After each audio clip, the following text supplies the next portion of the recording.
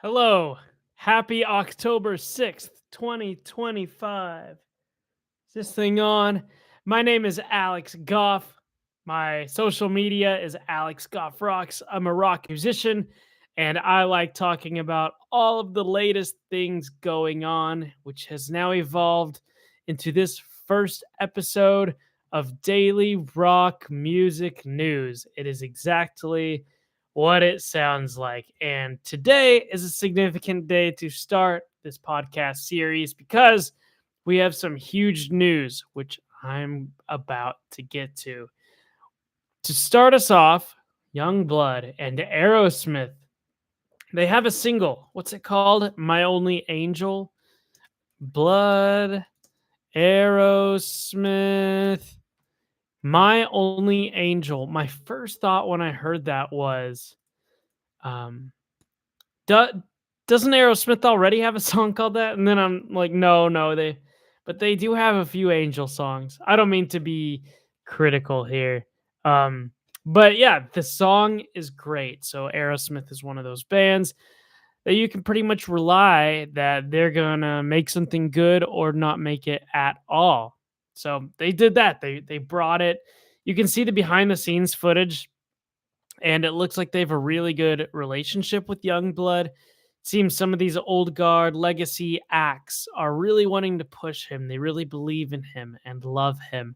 And so I think that we should trust them and check out his discography. If you are a Youngblood fan, comment what songs you like, what turned you on to his artistry. I'm curious to know. Excuse me. I want to listen to more Young Blood just so I can be more in on what it is everybody loves. I've heard a few things, and I I think he's a great singer. He has the raspy voice, but I'm not quite hearing the amazing thing they're hearing, to be totally honest. But I think he looks like an awesome guy. Love his personality. And the fact that he's making stuff with Aerosmith after making stuff with Ozzy, it's really exciting, actually. Steven Tyler still sounds the same. He has that same iconic voice, sounding good. Joe Perry sounding amazing on guitar. And yeah, I thought that was a classic song. I did wonder the if something in the back just felt a little electronic somewhere, but I don't mean to criticize. I think everything just kind of sounds like this in the days of Pro Tools. Maybe is that a thing? Did something sound electronic, like too auto-tuned or too perfect? Or was it just me? I don't know. So, but check it out anyways. My Only Angel by Youngblood and Aerosmith collabing. Wow, the screen's supposed to be in dark mode. It brightens up my whole existence just to look at it. Ozzy news. So today's October 6th. Tomorrow, October 7th, two big Ozzy things are going on at the same time. The first thing, a documentary is being released on Paramount Plus called No Escape from Now. This is leading up to the months of the Back to the Beginning show. First of all, making the decision. Then it's supposed to show everything going into it, lots of behind the scenes. I've been saying I would love to see more content of Ozzy practicing singing. I can't wait to see if we get to see the super behind the scenes of like them setting up the chair, them discussing his health and how the whole thing was going to be to work out. Another thing in the Ozzy related camp that I'd love to see is Sharon's business workings. I'd love to see her setting the whole show up and even the non-music business side. I want to know. I know she's this brilliant music industry expert, and I want to know so badly all the ins and outs of her knowledge and what how she sets up an event like that. I think it's cool to think about. And even though she's kind of said some stuff like that, we still don't totally we haven't heard her say a lot going into that. But every time she starts to talk about music business, I'm always like at the edge of my seat, like, yes, and keep going. I want to know. The second piece of Aussie news tomorrow, October 7th, 2025, is a memoir. called Last Rites, Memoir of Ozzy Osbourne. Now, this one is a wider span. It starts around 2018 when he was rocking and rolling and touring worldwide tour, maybe at least in the worldwide tour, and he was planning on like continuing to release albums. He basically, from my understanding, he had just gotten connected with Andrew Watt and they were working on their first album together, and he was on tour. He was thinking like the next 10 years was going to be like making albums and touring. He had a medical issue around 2018, and before COVID basically had to be quarantined and sick and bedridden, which sucked for him. And so the memoir is about that time dealing with that change. And I guess it does lead up to their miraculous Back to the Beginning show.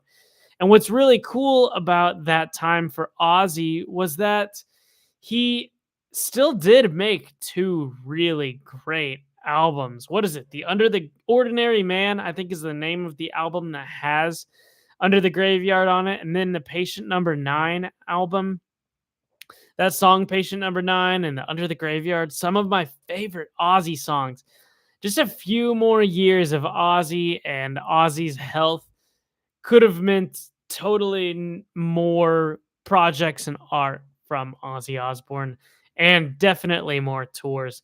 If you look at 2018, those concerts, he was running around on stage for over an hour, just being super healthy. Now, the one thing, his singing, you can tell like almost every song is like flat a little bit, but who cares? Especially when you're at the concert. I remember I was at the Dallas show at Dos Equis Pavilion.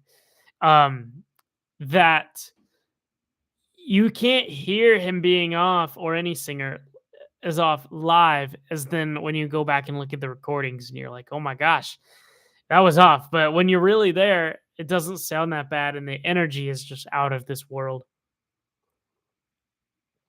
Quick topic here. Ace Frehley, I believe is how you pronounce his name. He's been having some medical issues. He started by canceling one show, but then recently it came out 6 hours ago, actually. He's canceled the remaining of his shows that he had planned. So wishing the best for Ace Frehley, because let's see. I think I heard at first that there was some kind of fall or something, but he's 74 years old, and yeah, he's canceled the remainder of his tour. So wishing the best. I'm not sure why. I thought I said there was like a minor incident at one of the shows, and then now they're saying they're canceling the rest. So it just it's kind of confusing. I'm kind of thinking out loud about, was it a minor thing, or is it a bigger medical thing, or did the minor thing lead to a bigger thing? We don't know, but that's what's going on. I'm going to do a quick scroll through here before we get to the major news. Wolfgang Van Halen's message on 5th anniversary of Eddie's passing away. Yeah, I saw this. He says, Wolfgang Van Halen says, it's been 5 years. The amount of things that I wish I could share with you just keep piling up. I know you'd be proud, but I wish I could hear you say it. I'm trying to do the best I can. Love and miss you more than you know. Yeah, and then he shared a picture of them rocking out together. Yeah, that's crazy. I remember getting the Van Halen news, just thinking like, what a giant. Maybe the first big giant for me to really be aware of after maybe Ronnie James Dio. I'm trying to see. I don't think there's much more news here. Well, you could keep going forever, but I just want to kind of hit some main classic rock points before going on to the Rush news. Let's see. Wow. Okay. Nine Inch Nails cancels inaugural Future Ruins festival.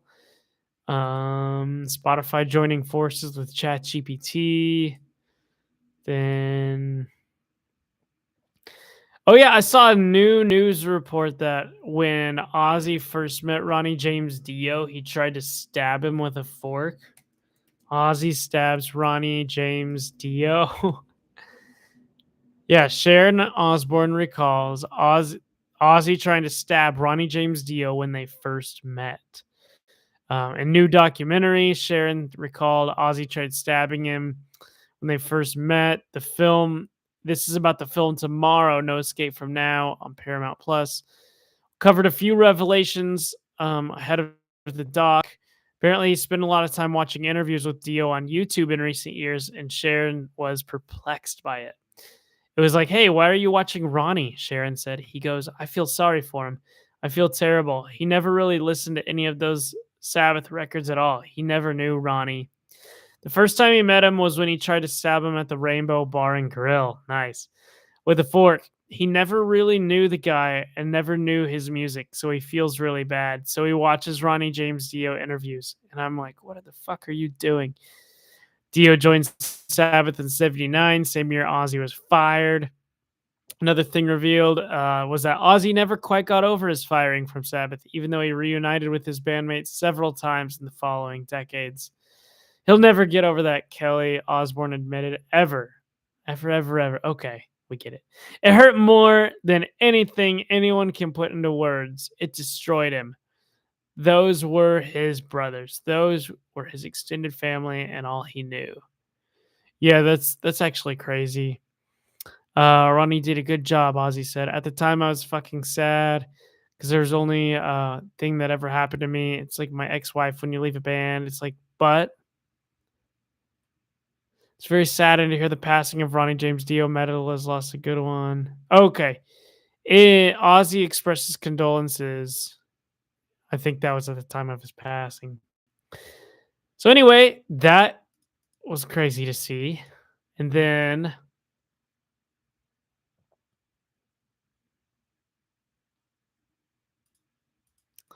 let's just get to Rush. That's what I'm seeing everywhere. Geddy Lee and Alex Lifeson open up as touring for Rush.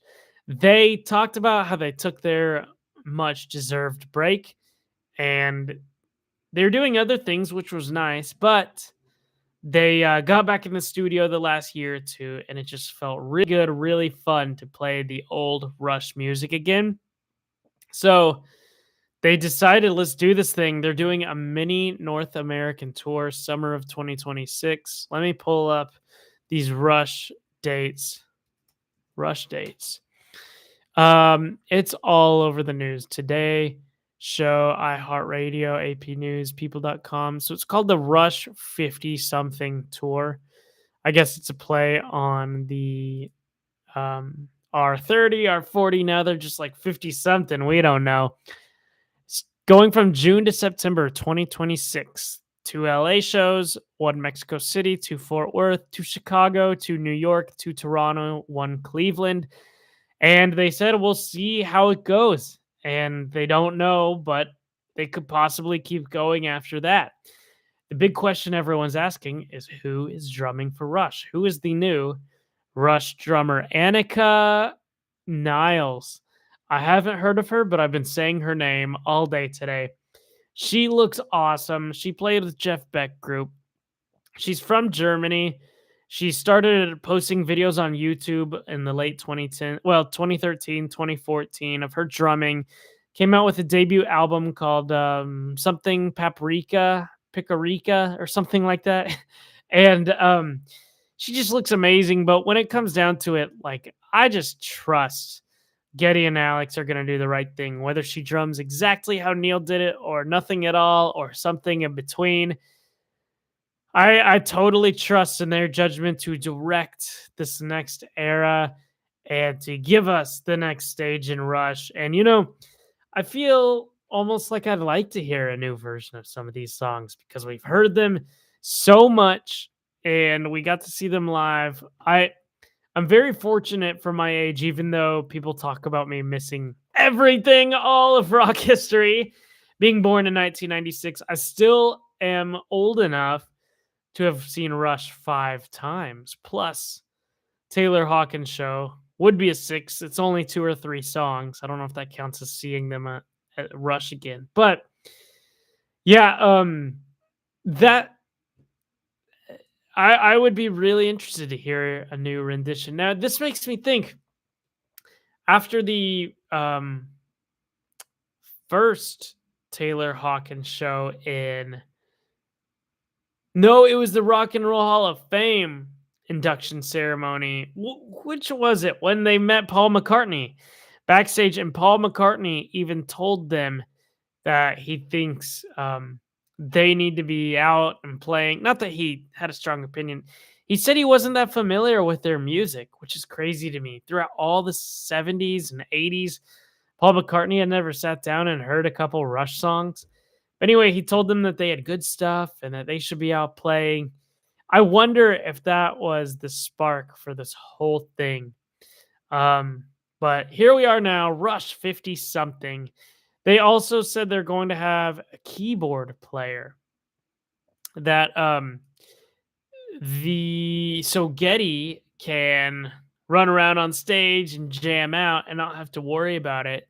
Now he will play some key parts that he normally plays, like the Tom Sawyer keys, but he will have the freedom to move around. So yeah, these pre-sale tickets go on sale Thursday, October 9th. And you can click sign up. So just Google Rush tour dates, and then you'll see the first option is um, Rush, and then 3 days, 3 hours countdown from October 6th, 5:59 p.m. Pacific. You can sign up, you click whatever shows you're interested in, and then you sign up for an email notification. But yeah, October 13th at 12 p.m. is when the pre-sale goes on, and it's making me nervous already thinking about those Back to the Beginning shows where the uh you join the lobby for an hour and then all the tickets go away instantly except for the one $2,000 in the front, and then you think just long enough to just watch it go away as well. I'm really nervous something like that's going to happen, but hey, I guess if it happens, that's life, right? If that happened, I would still probably drive to the Forum and just hang out outside both nights and enjoy the Rush vibes.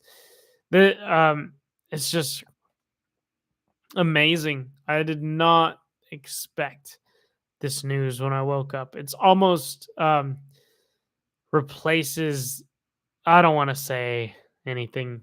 It's a good filler for the sadness we're about to experience with this Ozzy stuff.